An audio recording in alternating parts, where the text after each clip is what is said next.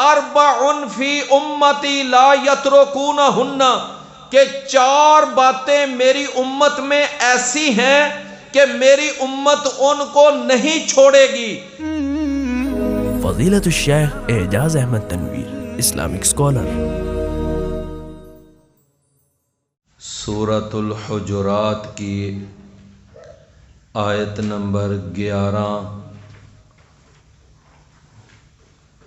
اس کے ایک حصے پر یہ سبق مشتمل ہے،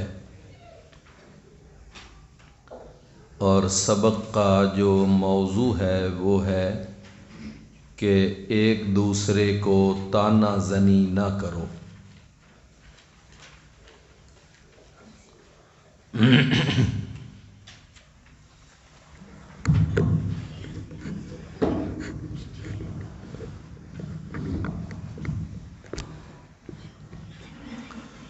ہے نا، 4-5 ادھر بھی پہنچا دو، اور ایک کچھ رکھ لو نا، اچھا پہنچائے پھر ٹھیک۔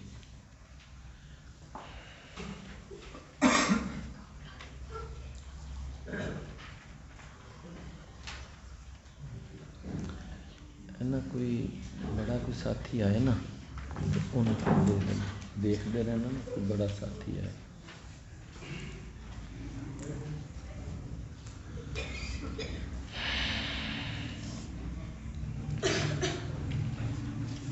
اعوذ باللہ السمیع العلیم من الشیطان الرجیم، من ہمزہ ونفخہ ونفثہ۔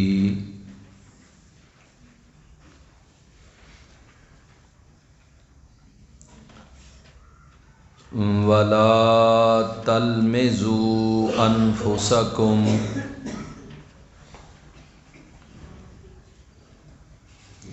اور نہ تم عیب لگاؤ اپنی جانوں پر۔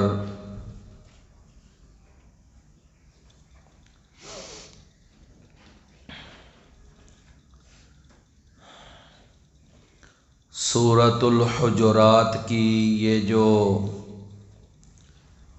آیت نمبر 11 ہم پڑھ رہے ہیں،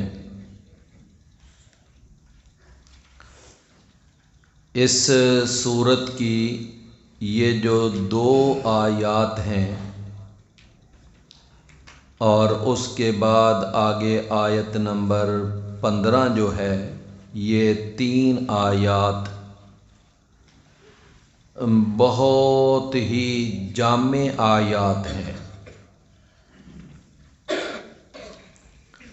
ان 3 آیات کے اندر بہت سارے متعدد مضامین بیان ہوئے ہیں۔ مثلاً یہ جو ابھی ہم آیت نمبر 11 پر پہنچے ہیں، اس آیت کا جو پہلا حصہ ہم نے پچھلے سبق میں پڑھا، اس میں اللہ تعالیٰ نے اہل اسلام کو، اہل ایمان کو اس بات سے منع کیا کہ تم ایک دوسرے کا مذاق نہ اڑایا کرو، ایک دوسرے کا تمسخر نہ اڑایا کرو، اس لیے کہ یہ ایک دوسرے کا مذاق اڑانا، تمسخر اڑانا، یہ باہمی لڑائیوں کا اور جھگڑوں کا سبب بنتا ہے، معاشرے کے اندر انتشار اور قتل و غارت تک جو ہے وہ نوبت جا پہنچتی ہے۔ اور اس کے اندر پھر دوسرا جو اللہ تعالیٰ نے اہم حکم دیا، یا یوں کہہ لیں کہ جس سے اللہ نے منع کیا وہ یہ ہے کہ تم ایک دوسرے کو تانے نہ دیا کرو۔ یہ آیت نمبر 11 کے اندر ہی یہ دوسرا موضوع ہے، دوسرا مضمون ہے جو اللہ تعالیٰ نے بیان کیا ہے۔ اور اس کے بعد آگے تیسرا اللہ تعالیٰ نے ایک مضمون اسی آیت نمبر 11 میں بیان کیا ہے کہ تم ایک دوسرے کو برے ناموں سے نہ پکارا کرو۔ یہ انشاءاللہ جو موضوع ہے اس کو ہم اگلے سبق میں بیان کریں گے اور اس پر بات کریں گے۔ تو آج کے ہمارے سبق کا جو عنوان ہے، جو مضمون ہے، وہ کیا ہے کہ ایک دوسرے کو تانے نہ دیا کرو، عیب جوئی نہ کیا کرو۔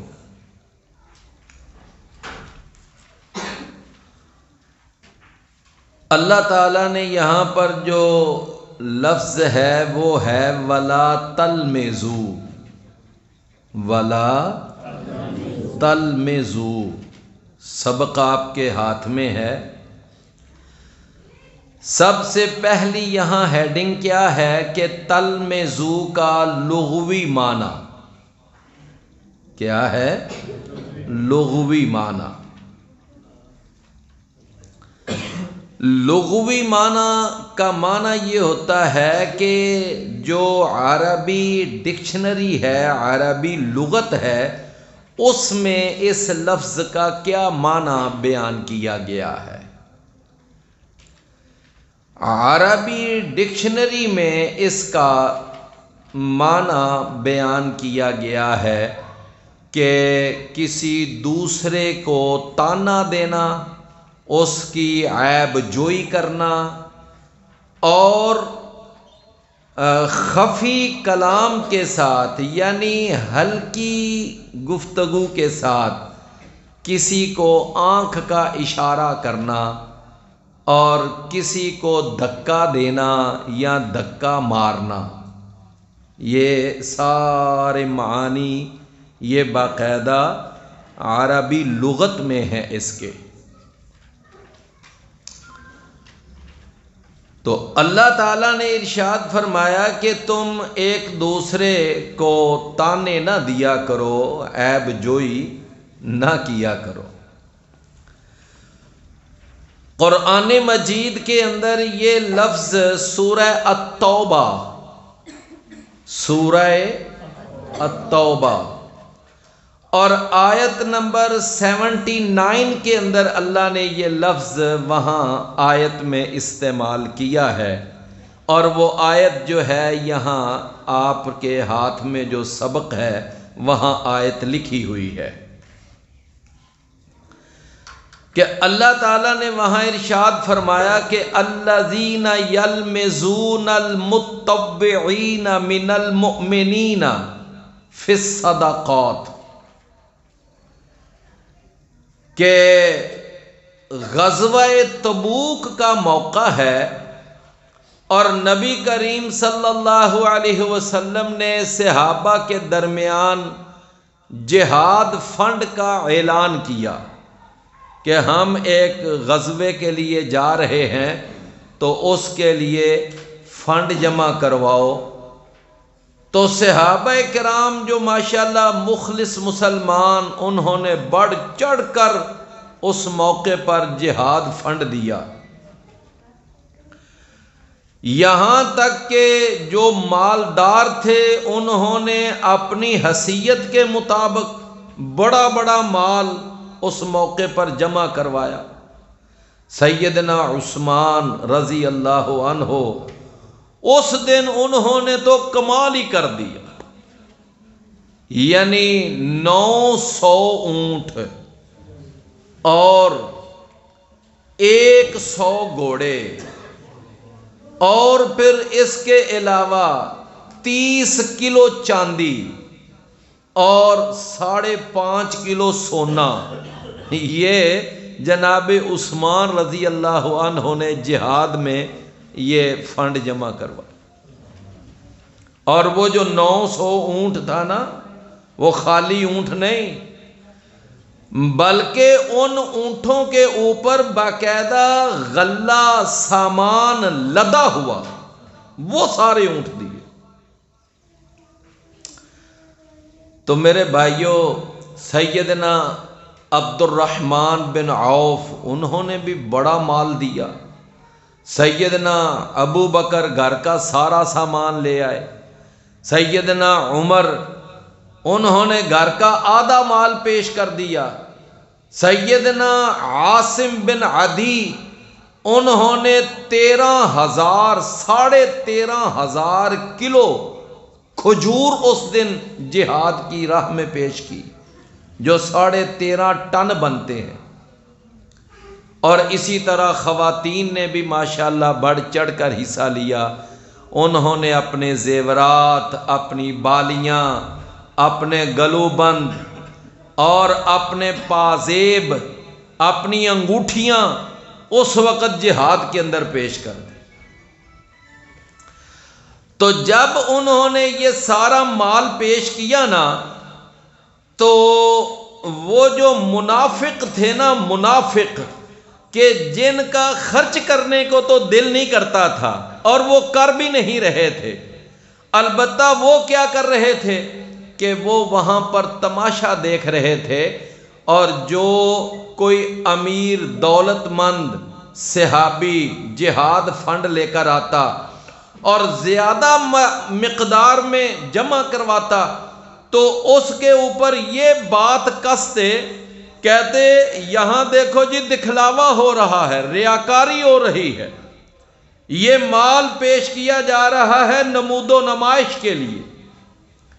اور اگر کوئی ایسا صحابی کہ جو تھوڑا سا مال لے کے آتا، یعنی اپنی حیثیت کے مطابق، ایک صحابی تھے ابو عقیل رضی اللہ عنہ، انہوں نے ساری رات ایک جگہ مزدوری کی اور وہاں سے انہیں 2 سا یعنی 4 کلو کھجوریں ملیں. تو آدھی کھجوریں انہوں نے اپنے گھر میں جمع دے دیں اور آدھی کھجوریں 2 کلو نبی صلی اللہ علیہ وسلم کو لا کر پیش کر دی. تو اب وہ جو منافق تھے نا، وہ زیادہ فنڈ لانے والوں کے اوپر بھی تانا زنی کر رہے تھے اور تھوڑا فنڈ لانے والوں کے اوپر بھی تانا زنی کر رہے تھے. اور قرآن کی آیت دیکھیں کیا ہے، الذین یلمزون المتطوعین من المؤمنین فی الصدقات، کہ وہ منافق جو تانا زنی کر رہے تھے ایمان والوں پر صدقات کے بارے میں، فرمایا والذین لا یجدون الا جہدہم، کہ اور ان پر بھی تانا زنی کر رہے تھے کہ جو نہیں پاتے تھے مگر صرف اپنی محنت اور مشقت کی کمائی، کہ وہ مالدار نہیں تھے، کھاتے پیتے نہیں تھے، بس ان کے پاس جو اپنی محنت، تو اس کی کمائی جو تھی نا وہ پیش کر رہے تھے. جیسا کہ میں نے ابو عقیل کی آپ کو مثال بیان کی. تو فرمایا فَيَسْخَرُونَ مِنْهُمْ، تو وہ ان کا مذاق اڑاتے، ان کا ٹھٹھا کرتے.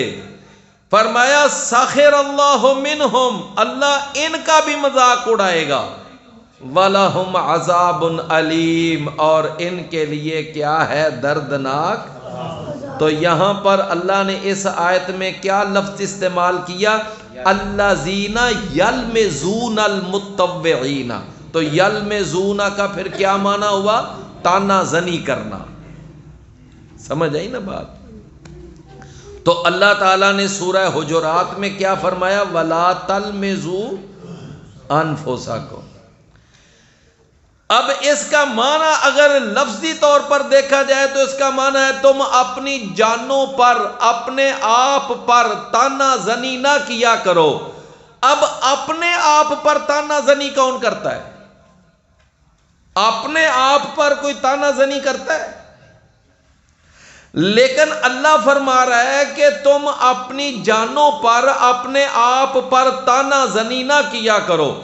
تو اس لفظ کا، اس جملے کا اصل معنی یہ ہے کہ تم ایک دوسرے کے اوپر تانا زنی نہ کیا کرو، اس لیے کہ دوسرے پر تانا زنی کرنا یہ در حقیقت اپنے اوپر ہی تانا زنی کرنا۔ یہ کیا ہے؟ اپنے اوپر ہی تانا زنی۔ میں اس کی انشاءاللہ آپ کو وجہ بتاتا ہوں۔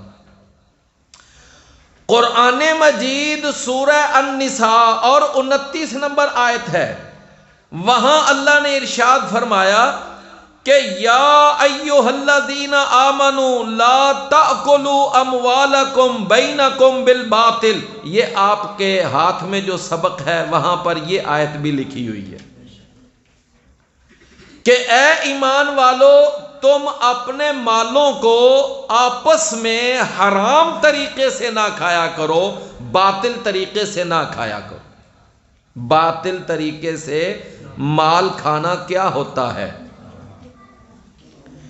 کہ دھوکے کے ساتھ، فریب کے ساتھ، جال سازی کے ساتھ، ملاوٹ کے ساتھ کسی کا مال کھا جانا، یا باطل طریقے سے مال کھانے میں وہ تمام طریقے شامل ہیں کہ جن جن طریقوں سے اللہ تعالیٰ نے اور اس کے رسول نے منع کیا ہے، مثلا سود کھانا یہ بھی باطل طریقے سے مال کھانا ہے، جوا کھیلنا یہ بھی باطل طریقے سے مال کھانا ہے، رشوت لینا یہ بھی باطل طریقے سے مال کھانا ہے، اور اسی طریقے سے ہر وہ چیز بیچنا کہ جو اسلام میں حرام ہے، مثلا شراب بیچنا، یہ چونکہ شراب حرام ہے تو اس کی خرید و فروخت بھی حرام ہے۔ تو یہ سارے طریقے جو ہیں یہ کیا ہیں؟ باطل طریقے سے مال نہ کھاؤ۔ ہاں فرمایا الا ان تکون تجارتا عن تراض منکم، کہ ہاں ایک بات ہے، اگر تم اپنی باہمی رضامندی کے ساتھ کوئی تجارت کرتے ہو، کاروبار کرتے ہو، تو وہ کاروبار، وہ تجارت سے حاصل کیا ہوا مال وہ جائز ہے، لیکن وہاں پر بھی شرط یہ ہے کہ وہ جو کاروبار ہے وہ کاروبار بھی حلال ہونا چاہیے۔ حرام طریقے کا اگر کاروبار ہے تو وہ باہمی رضامندی کے باوجود بھی حرام ہے۔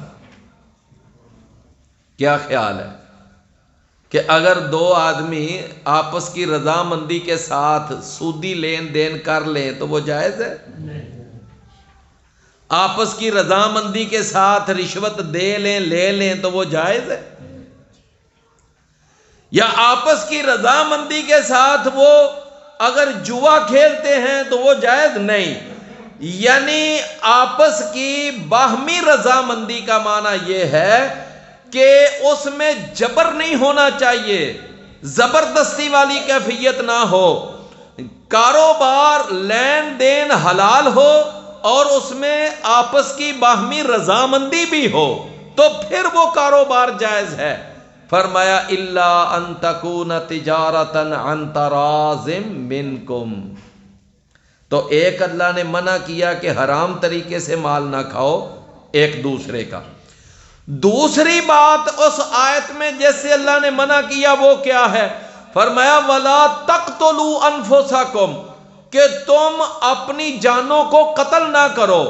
اب اپنی جانوں کو قتل کرنے سے جو اللہ نے منع کیا، بھئی اس کا ایک مطلب تو وہ صاف اور واضح مطلب ہے کہ تم خودکشی نہ کرو۔ خودکشی کرنے والا اپنی جان کو آپ قتل کرتا ہے، جو ایک کبیرہ گناہ ہے اور بہت بڑا ہلاک کر دینے والا گناہ ہے یہ خودکشی کرنا۔ دوسرا اس کا معنی یہ ہے کہ تم اپنی جانوں کو قتل نہ کرو کہ ایک دوسرے کو قتل نہ کرو۔ تو کیا معنی ہے ایک دوسرے کو تو میرے بھائیوں جیسے یہاں معنی ہے نا کہ لا تقتلوا انفسکم، تم ایک دوسرے کو قتل نہ کرو، تو بالکل اسی طرح اس آیت میں جو ہم آج سبق پڑھ رہے ہیں وَلَا تَلْمِزُوا أَنفُسَكُمْ، اس کا بھی وہی معنی ہے کہ تم ایک دوسرے کے اوپر تانا زنی نہ کرو۔ کیوں بھی بات سمجھ آ گئی؟ دیکھیں میرے بھائیوں اس کی وجہ کیا ہے؟ پہلی وجہ تو یہ ہے کہ دنیا کے جتنے بھی مسلمان ہیں، جتنے بھی مومن ہیں، وہ مشرق کے ہیں یا مغرب کے ہیں، شمال کے ہیں یا جنوب کے ہیں، وہ دنیا کے کسی بھی بر اعظم میں رہنے والے، کسی بھی خطے کے باشندے، وہ کسی بھی جزیرے کے باسی ہیں، وہ کوئی بھی زبان بولتے ہیں، کوئی بھی ان کا رنگ ہے، کوئی ان کی نسل ہے، کوئی ان کا یعنی حسب اور نسب ہے، لیکن دنیا کے سارے مسلمان، نبی صلی اللہ علیہ وسلم نے فرمایا کہ وہ ایک جسم کی طرح ہے۔ وہ کیا ہے؟ ایک جسم کی طرح۔ تو میرے بھائیو جب پوری دنیا کے مسلمان ایک جسم کی طرح ہیں، تو جب کوئی مسلمان کسی دوسرے کو تانا زنی کرے گا تو وہ اپنے ہی جسم کو تانا زنی کرے گا نا۔ کوئی بات آپ سمجھ رہے ہیں نا کہ وہ کیا کرے گا؟ اپنے آپ کو تانا زنی کرے گا۔ تو میرے بھائیو اپنے آپ کو اللہ نے جو فرمایا کہ تم اپنے آپ کو تانا زنی نہ کرو، اس کا معنی کہ دوسرے کو تانا دینا وہ اپنے آپ کو تانا دینا ہے، دوسرے کا عیب جوئی کرنا اپنے آپ کی عیب جوئی کرنا ہے۔ تو اس لیے اللہ تعالیٰ نے یہ الفاظ استعمال کیے کہ تم اپنے آپ کی تانا زنی نہ کرو، مطلب ایک دوسرے کو تانے نہ دیا کرو۔ ایک تو وجہ یہ ہو گئی، اور دوسری وجہ کیا ہے؟ دوسری وجہ یہ ہے کہ آپ ماشاءاللہ اس بات کو سمجھتے ہیں کہ جب ایک آدمی دوسرے آدمی کو تانا دے گا تو کیا خیال ہے؟ اس کے منہ میں زبان نہیں ہے یا اس کے پاس آنکھیں نہیں ہیں؟ اگر یہ کسی کو تانا دے گا تو پھر وہ اس کے عیب تلاش کرے گا، اور وہ اس کے عیب تلاش کر کے وہ جوابی کارروائی کرتے ہوئے وہ اس کو تانا دے گا۔ تو نتیجہ کیا نکلا کہ یہ اگر اس کو تانا نہ دیتا تو وہ جوابی کارروائی کرتا ہوا اس کو تانا نہ دیتا۔ تو یہ اپنے اوپر تانا زنی کا سبب اور موجب خود بنا۔ رسول اللہ صلی اللہ علیہ وسلم نے ایک موقع پر ارشاد فرمایا کہ اللہ کی اس پر لعنت ہو جو اپنے ماں باپ کو گالی دیتا ہے۔ اب صحابہ کرام بڑے حیران ہوئے کہ اللہ کے رسول ایسا بھی کوئی بدبخت ہے کہ اپنے ماں باپ کو گالی دے؟ اچھا اب صحابہ کے لیے تو یہ بڑی عجیب اور انوکھی بات تھی نا، ماں باپ کو گالی دینا۔ وہ تو اس لیے ایک دفعہ ٹھٹر گئے اور بڑے پریشان ہوئے، تو کہنے لگے اللہ کے رسول اپنے ماں باپ کو گالی کون دیتا ہے؟ تو رسول اللہ صلی اللہ علیہ وسلم نے پھر اس کا مطلب سمجھایا کہ جو آدمی کسی دوسرے کے ماں باپ کو گالی دے گا تو جوابی کارروائی کرتے ہوئے وہ اس کے ماں باپ کو گالی دے گا، تو گویا اپنے ماں باپ کو گالی دلانے کا سبب کون بنا؟ یہ خود بنا۔ یہ اس کے ماں باپ کو گالی نہ دیتا تو وہ اس کے ماں باپ کو گالی نہ دیتا۔ تو میرے بھائیوں جب ہم کسی کو تانے دیں گے، ہم اس کو تانا زنی کریں گے تو جوابی کارروائی کرتا ہوا وہ ہمارے اوپر تانا زنی کرے گا، تو اپنے لیے تانا زنی کا سبب تو میں خود بنا۔ تو اس لیے بھی اللہ تعالیٰ نے ارشاد فرمایا کہ وَلَا تَلْمِزُوا أَنفُسَكُمْ، کہ تم ایک دوسرے کو تانا زنی نہ کیا کرو۔ بچے اے بیٹا نہ باتیں نہ کرو، اے ذرا بچیاں تھوڑا جا تقسیم کر لو، اے پھر دو بچے ادھر بٹھا لو نا، وہ پھر جدو سارے اکٹھے ہو جاندے نے نا بیٹا تو ادھر آ جانا سونے، اے بیٹا ادھر آ جا، تسی تھوڑے جہے ذرا پرا ہو جاؤ نا، تو دو بچیاں اتنے وشکار کرو، ایک ہور کوئی بندہ سیانا جا ذرا وچ آ جائے، ہاں جی تسی اگے آ جاؤ نا ذرا ایتھے، چلو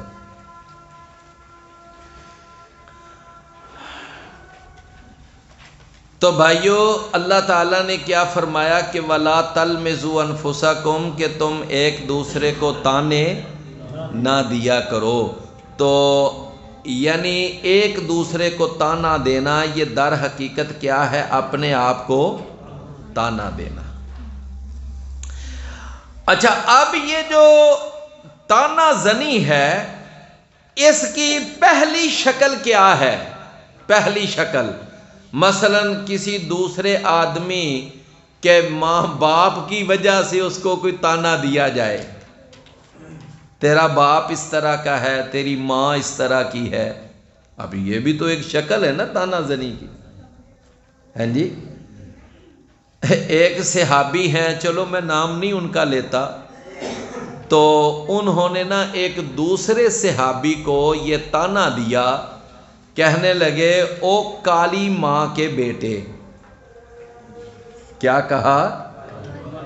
او کالی ماں کے بیٹے. نبی کریم صلی اللہ علیہ وسلم تک جب یہ بات آئی تو اللہ کے نبی نے اس صحابی کو بلا کر آپ نے بڑی اچھی طرح خبر لی، اور آپ نے فرمایا کہ آپ کے اندر سے ابھی تک وہ جاہلیت نہیں گئی، آپ کے اندر سے ابھی تک وہ جاہلیت نہیں گئی. یعنی یہ جو تو نے اس کو اس کی ماں کی وجہ سے تانا دیا ہے، یہ تیری کتنی غلط بات ہے. تو میرے بھائیو اگر کسی کا باپ یا کسی کی ماں وہ اگر یعنی شکل و صورت کے اعتبار سے یا ان کا معاملہ ہے، تو ماں اور باپ کی وجہ سے کسی کو تانا دینا یہ بھی ایک تانا زنی کی شکل ہے. دوسری تانا زنی کی شکل یہ ہے کہ کسی کو اس کے حسب اور نسب پر تانا دیا جائے. اور کیا خیال ہے یہ آج کل چلتا ہے کہ نہیں چلتا ہے جی؟ اللہ تعالیٰ معاف فرمائے کہ بعض قومیں، بعض برادریاں وہ اپنے آپ کو بڑا اونچا سمجھتی ہیں. یہ ویسے موضوع آگے جا کر آئے گا انشاءاللہ، کہ بعض برادریاں وہ اپنے آپ کو معاشرے میں بڑی سربرآوردہ سمجھتی ہیں، اور وہ سمجھتی ہیں کہ ہم اپنی برادری کے اعتبار سے بلند مقام رکھتے ہیں، اور اپنے مقابلے میں پھر وہ جو دوسری برادریاں ہیں ان کو ہیچ سمجھا جاتا ہے اور ان کو کمتر سمجھا جاتا ہے. اور یہ جو ذہن کے اندر خناس ہے یہ شیطان نے بٹھایا ہوا ہے. حالانکہ یہ برادریوں کی تقسیم، یہ قبیلوں کی تقسیم، یہ ایک دوسرے پر فخر کا سبب نہیں ہے، بلکہ یہ ایک دوسرے کے لیے تعارف کا سبب ہے. اللہ نے کیا فرمایا؟ لتعارفوا. تو ایک دوسرے کو اس کی ذات، اس کی برادری کے حوالے سے، یہی وجہ ہے کہ بعض برادریوں والے یقین مانیے گا کہ صرف معاشرتی اس تانا زنی کی وجہ سے لوگوں کو اپنی کاسٹ اور اپنی برادری بتاتے ہوئے ہچکچاتے ہیں کہ یہ بعد میں میرا مذاق اڑائیں گے اور میرا یعنی پھر اس پر مجھے تانا زنی کی جائے گی، تو وہ پھر اپنی برادری اور اپنی ذات کو چھپانے کی کوشش کرتے ہیں. ایسا ہے نا؟ تو میرے پیارے بھائیوں، میرے اور آپ کے پیارے پیغمبر، میرے اور آپ کے پیر و مرشد، ہادی و رہنما، پیشوا اور مقتدا، ساری کائنات کے امام سردار اور اعلیٰ افضل جناب محمد الرسول اللہ صلی اللہ علیہ وسلم نے اپنے پیارے لبوں سے، میٹھی زبان سے ارشاد فرمایا کہ اربع فی امتی لا یترکونہن، کہ 4 باتیں میری امت میں ایسی ہیں کہ میری امت ان کو نہیں چھوڑے گی۔ مطلب کیا کہ میں ان کو جتنا مرضی سمجھا کے جا رہا ہوں، میں ان کو جتنا بھی ان کو یعنی یہ باتیں بتا کے جان، لیکن اس کے باوجود یہ 4 باتیں جاہلیت والی یہ نہیں چھوڑیں گی۔ فرمایا وہ 4 باتیں پتہ ہے کون سی ہیں؟ نمبر 1 آپ نے فرمایا الفخر فی الاحساب، کہ اپنے حسب اور نسب پر فخر کرنا۔ جو معاشرے میں اپنے آپ کو اونچا سمجھتے ہیں تو ان کا اپنے حسب اور نسب پہ کیا کرنا؟ فخر کرنا۔ فرمایا کہ وَالطَّعْنُ فِي الْأَنْسَابِ، اور دوسرے کے نسب پر تانا زنی کرنا۔ دوسرے کے نسب پر کیا کرنا؟ تانا زنی کرنا۔ فرمایا کہ یہ جی فلاں برادری کا ہے، اس کی فلاں کاسٹ ہے، یہ فلاں قبیلے سے ہے۔ میرے بھائیوں، قبائل، برادریاں، شاخیں، یہ سب اللہ کی بنائی ہوئی ہیں۔ برادریوں کی وجہ سے کبھی ایک دوسرے پر نہ تانا زنی کرنی چاہیے، نہ حسب اور نسب پر فخر کرنا چاہیے۔ اور تیسری بات نبی صلی اللہ علیہ وسلم نے فرمایا کہ آپ نے فرمایا کہ یہ جو ستارے ہیں نا، ان ستاروں کی وجہ سے بارش طلب کرنا۔ کیا کرنا؟ بارش۔ یعنی پہلے ہوتا تھا کہ جی یہ ستارہ چلتا چلتا جب اس ستارے کے قریب چلا جائے نا تو بارش ہوتی ہے۔ یہاں یہ ہے کہ یہ ستارہ جب اس طرف آ جائے تو بارش ہوتی ہے، یہ اس طرف چلا جائے تو بارش ہوتی ہے۔ حدیبیہ کا مقام تھا، نبی صلی اللہ علیہ وسلم نے فجر کی نماز پڑھائی اور آپ نے فرمایا کہ آج صبح بعض لوگوں نے اسلام کی حالت میں کی ہے، بعض لوگوں نے کفر کی حالت میں کی ہے۔ فرمایا جنہوں نے یہ کہا نا، چونکہ رات کو بارش ہوئی تھی، فرمایا جنہوں نے صبح اٹھ کر یہ کہا کہ اللہ کے فضل سے بارش برسی ہے، انہوں نے صبح اسلام کی حالت میں کی ہے۔ اور جنہوں نے یہ کہا کہ فلاں ستارے کے ساتھ ملنے کی وجہ سے بارش ہوئی ہے، فرمایا انہوں نے اپنی صبح کفر کی حالت میں کی۔ بات سمجھے نا؟ تو فرمایا پہلی چیز اپنے حسب اور نسب پر فخر کرنا، اور دوسری چیز دوسرے کے حسب اور نسب پر تان کرنا، اور تیسری چیز کیا ہے کہ یعنی ستاروں کے ذریعے بارش طلب کرنا، اور چوتھی چیز آپ نے فرمایا والنیاحہ، اور نوحہ کرنا، ماتم کرنا۔ یہ بھی بہت بڑا کبیرہ گناہ ہے جو آج بعض گمراہ فرقے والوں کے باقاعدہ مذہب کا حصہ ہے، ان کے مذہب کا حصہ ہے، وہ اس کو اپنے مذہب کا حصہ سمجھتے ہیں اور اس نوحہ اور ماتم کے فضائل بیان کرتے ہیں۔ حالانکہ میرے اور آپ کے پیارے پیغمبر نے نوحہ سے منع کیا، ماتم سے منع کیا۔ آپ نے فرمایا کہ جو اپنا رخسار پیٹتا ہے، اپنی چھاتی پیٹتا ہے، اپنے بال نوچتا ہے، اپنے کپڑے پھاڑتا ہے، جاہلیت کی پکارتا ہے، اس کا ہمارے ساتھ کوئی تعلق نہیں ہے۔ لیکن آج بعض لوگ نوحہ اور ماتم کو اپنے مذہب کا حصہ سمجھتے ہیں۔ سمجھے نا؟ آپ کو بات تو سمجھ آ گئی ہے نا؟ تو میرے پیارے بھائیوں، رسول اللہ صلی اللہ علیہ وسلم نے فرمایا نوحہ کرنے والی عورت جو ہے قیامت والے دن اس کو ایسا لباس پہنایا جائے گا کہ جو لباس گندک کا ہوگا جہنم کے اندر۔ فرمایا اتنا وہ خطرناک لباس ہوگا کہ اس گندک کے لباس، اس گندک کی قمیض کے ساتھ اس کا پورا جسم ایسے خارش زدہ ہو جائے گا کہ جس طرح آپ نے بعض کتوں کا جسم دیکھا ہوگا کہ وہ خارش زدہ ہوتا۔ تو میرے بھائیوں، یہ 4 باتیں جو آپ نے بیان فرمائی ہیں، تو تانا زنی کی پہلی شکل کیا ہے کہ آباء و اجداد، ماں باپ کی وجہ سے کسی پر کوئی تانا زنی کرنا، اور دوسری شکل کیا ہے کہ حسب اور نسب کی وجہ سے تانا زنی کرنا. اور تانا زنی کی ایک تیسری شکل یہ ہوتی ہے کہ کسی کو اس کے کسی جسمانی نقص کی وجہ سے تانا زنی کرنا. مثال کے طور پر کسی کا قد چھوٹا ہے، سمجھے نا، اب چھوٹے قد پر کسی کو تانا، یہ غلط بات ہے. کسی کی رنگت جو ہے وہ یعنی فیئر نہیں ہے تو اس کی رنگت پر اس کو تانا دینا، یا کسی کی آنکھوں میں کوئی عیب ہے اس کو کانا کہنا، اس کو بہنگا کہنا، یا اسی طرح یعنی کوئی ٹانگ کے اندر کوئی نقص ہے، بازو میں کوئی نقص ہے، تو جسمانی عیب یا جسمانی نقص کی وجہ سے کسی کو تانا دینا، تو یہ تانا زنی کی کیا ہے؟ تیسری شکل. یاد ہو گئی ہیں نا تینوں شکلیں؟ پہلی شکل کیا تھی؟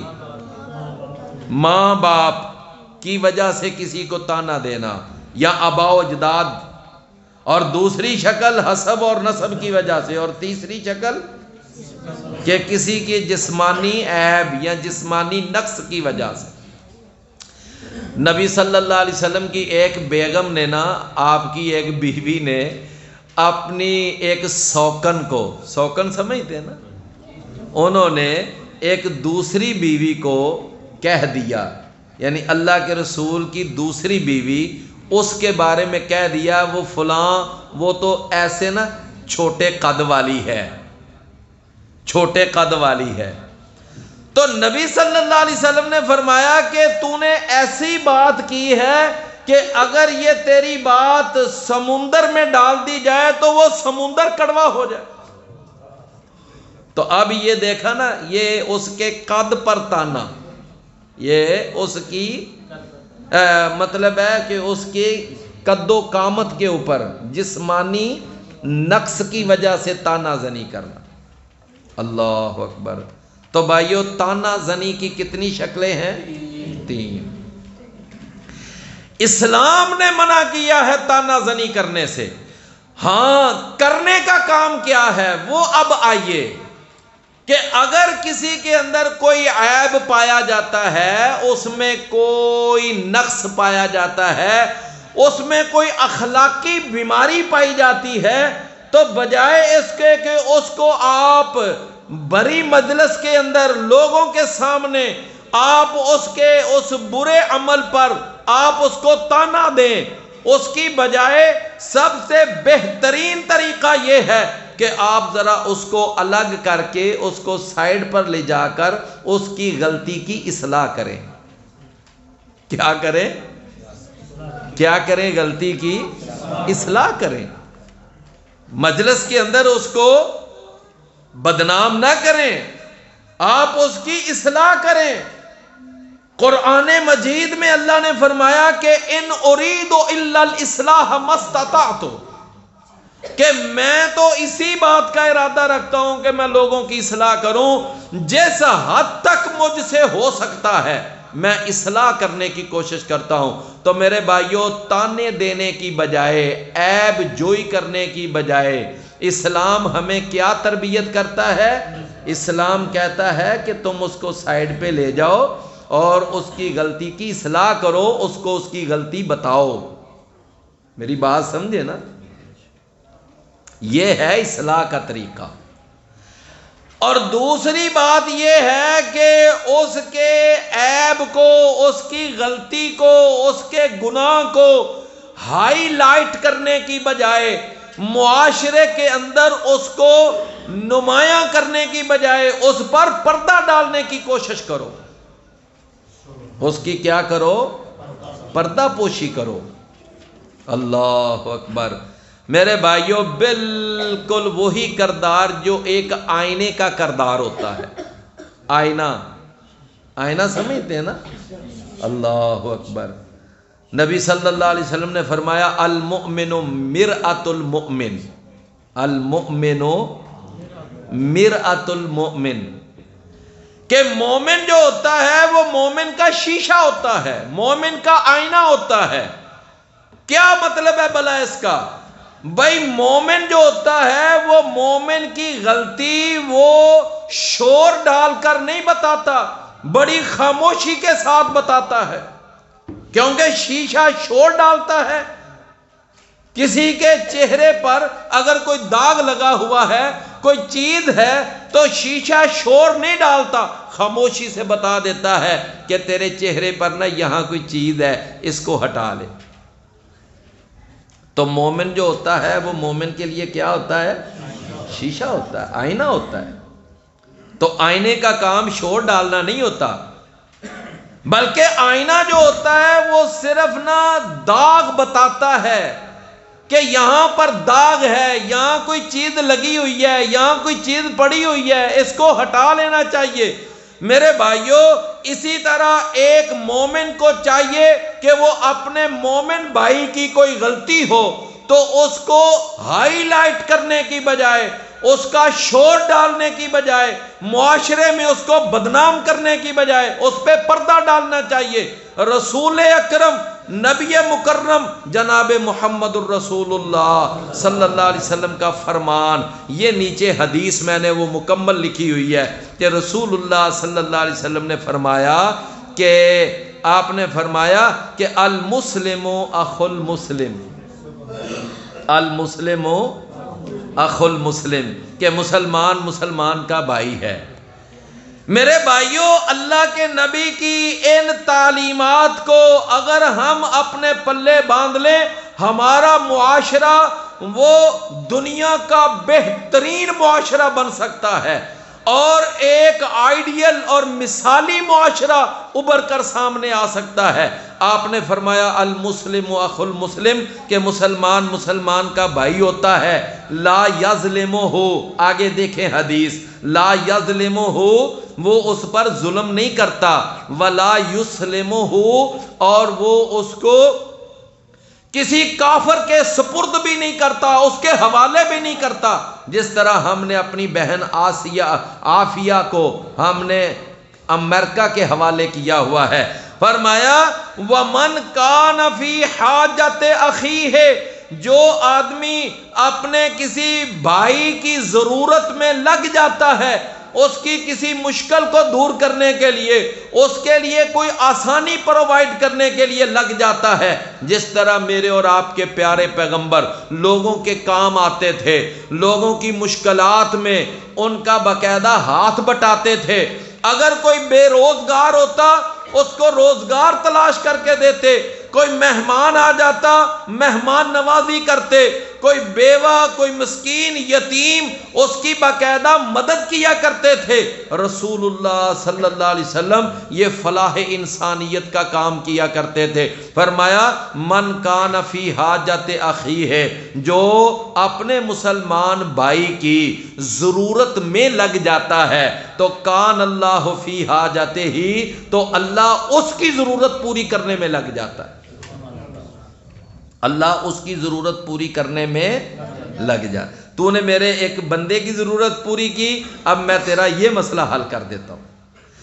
فرمایا وَمَنْ فَرَّجَ عَنْ مُسْلِمٍ كُرْبَةً، جو آدمی اپنے کسی مسلمان بھائی کی کسی پریشانی کو دور کر دیتا ہے، فرج اللہ عنہ کربۃ من کربات یوم القیامہ، تو کل قیامت کے دن کی جو مشکلات ہیں، وہاں کی جو پریشانیاں ہیں، وہاں کی جو بڑی بڑی مصیبتیں ہیں، اللہ ان مصیبتوں میں سے کسی ایک مصیبت کو اس مصیبت کے بدلے میں دور کر دے گا جو اس نے اپنے مسلمان بھائی کی مصیبت کو دور کیا۔ اور آگے دیکھیے فرمایا ومن ساتارا مسلمن، اور جو آدمی کسی مسلمان کی پردہ پوشی کرتا ہے، اس کے عیبوں پہ پردہ ڈالتا ہے، فرمایا ساتارہ اللہ یوم القیامہ، تو اللہ قیامت والے دن اس کے عیبوں پہ پردہ ڈال دے گا۔ کیوں بھی بات سمجھ آئی نا؟ تو دیکھ لیں اسلام کا انداز تربیت کیا ہے۔ اسلام کہتا ہے کہ تم اپنے مسلمان بھائی کو تانا دینے کی بجائے، مجلسوں میں بدنام کرنے کی بجائے، تم کیا کرو، اس کی اصلاح کرو، اس کو سائیڈ پر لے جاؤ، اس کو الگ کر کے اس کو بات بتاؤ۔ اور دوسرا یہ ہے کہ جس قدر ہو سکے اس کے عیبوں پہ پردہ ڈالنے کی کوشش کرو. اگر تو اپنے مسلمان بھائی کے عیبوں پہ پردہ ڈالے گا تو اللہ تیرے عیبوں پہ پردہ ڈال دے گا. رسول اللہ صلی اللہ علیہ وسلم نے فرمایا قیامت کا دن ہوگا، اللہ ایک شخص کو اپنے قریب کرے گا. اب یہ اللہ بہتر جانتا ہے کہ وہ اس اپنے بندے کو کس طرح اپنے قریب کرے گا، یہاں تک کہ اللہ تعالیٰ اس کے یعنی کندھے پر اپنا ہاتھ مبارک رکھے گا، اور اس کے بعد اللہ اس کے قریب اس کو اپنے کر کے نا تو اس سے کہے گا کہ تو نے یہ گناہ کیا تھا، جی اللہ میں نے کیا تھا. اچھا یہ گناہ بھی کیا تھا، ہاں اللہ میں نے یہ بھی گناہ، اچھا یہ بھی کیا تھا، میں نے یہ بھی کیا تھا. وہ اپنے گناہوں کا اعتراف کرتا جائے گا. اللہ تعالیٰ فرمائے گا کہ میں نے نا تیرے ان سارے گناہوں کو معاف کر دیا. اور پھر اللہ کہے گا میں نے تجھے ساری انسانیت سے الگ کر کے، تجھے تنہا کر کے، اپنے قریب کر کے میں نے اس لیے تیرے ساتھ بات کی ہے کہ میں اس پبلک میں تجھے رسوا نہیں کرنا چاہتا تھا، تجھے ذلیل نہیں کرنا چاہتا تھا. تیرے سے گناہ ہوئے، تو میرے بندوں پہ پردہ پوشی کیا کرتا تھا، تو آج میں نے بھی تیرے عیبوں پہ پردہ ڈال لیا ہے. رسول اللہ صلی اللہ علیہ وسلم فرماتے ہیں کہ اللہ اس کے سارے گناہوں پہ پردہ ڈال دے گا. اللہ اکبر. نبی صلی اللہ علیہ وسلم یہ دعا پڑھا کرتے تھے نا، اللہم استر عوراتنا. کتنی خوبصورت دعا ہے، اور یہ دعا ہمیں یاد کرنی چاہیے. اللہم استر عوراتنا. نبی صلی اللہ علیہ وسلم نے یہ دعا خندق کے موقع پر پڑھی. ہر طرف سے گھبراہٹیں، ہر طرف دشمن اور بے شمار مسائل. اللہ کے نبی نے اس موقع پر یہ دعا پڑھی، اللہم استر عوراتنا وآمن روعاتنا، کہ یا اللہ تو ہمارے پردے ڈھانپ لے، اللہ ہماری گھبراہٹوں کو امن میں تبدیل کر دے. وآمن روعاتنا، سمجھے نا؟ تو لہذا میرے بھائیوں یہ ہے کہ اسلام کہتا ہے کہ ایک دوسرے کو تانے نہ دیا کرو، ٹھیک ہے؟ اور اس کی وجہ بھی بتائی کہ دوسرے کو تانا دینا یہ اپنے آپ کو ہی تانا دینا ہے، ٹھیک ہے؟ اور اس کے بعد پھر تانا زنی کی میں نے کچھ چاند ایک شکلیں بھی آپ کو بتائی ہیں کہ کیسے کس موقع پر تانا دیا جاتا ہے، دیا جا سکتا ہے. اور پھر اسلام نے ہمیں اس موقع پر کیا تربیت کی ہے. اسلام کہتا ہے کہ تانا زنی کی بجائے اصلاح کی کوشش کرو، تانا زنی کی بجائے پردہ پوشی کی کوشش کرو. اور علامہ اقبال اس نے ایک بڑی خوبصورت بات کہی ہے، وہ کہتا ہے تم ہو آپس میں غضبناک اور وہ آپس میں رحیم. تم ہو آپس میں غضبناک، ہر وقت ایک دوسرے پر بھرے ہی رہتے ہو، وہ آپس میں رحیم. اور جو رسول اللہ صلی اللہ علیہ وسلم کے تربیت یافتہ صحابہ تھے نا، وہ ایک دوسرے کے لیے بڑے ہی رحم دل، رحماء بینہم، بڑے رحم دل. کہتا ہے تم ہو آپس میں غضبناک، وہ آپس میں رحیم. تم خطا کار، خطا بھی، وہ خطا پوش ہو کریم، کہ تم خطا کرنے والے ہو، دوسروں کی خطائیں ڈھونڈنے والے ہو. وہ خطا پوش تھے اور وہ بڑے ہی کریم لوگ تھے. فرمایا کہ تم خطا کار و خطا بین. خطا بین کیا مانا؟ کہ دوسروں کی خطائیں تلاش کرنے والے. وہ خطا پوش و کریم، اور وہ لوگوں کی خطاؤں پہ پردے ڈالتے تھے. کریم، وہ بڑے ہی یعنی معزز لوگ تھے. کیوں بھی بات سمجھے نا؟ تو اس لیے میرے بھائیوں ہمیں بھی اپنے اندر یہ اوصاف پیدا کرنے چاہیے. اللہ تعالی ہمیں سمجھنے کی توفیق عطا فرمائے. ہمارے YouTube چینل کو سبسکرائب کیجئے بہترین صدقہ جاریہ حاصل کرنے کے لیے اس ویڈیو کو لائک، کامنٹ اور شیئر کرنا مت بھولیں۔ جزاک اللہ۔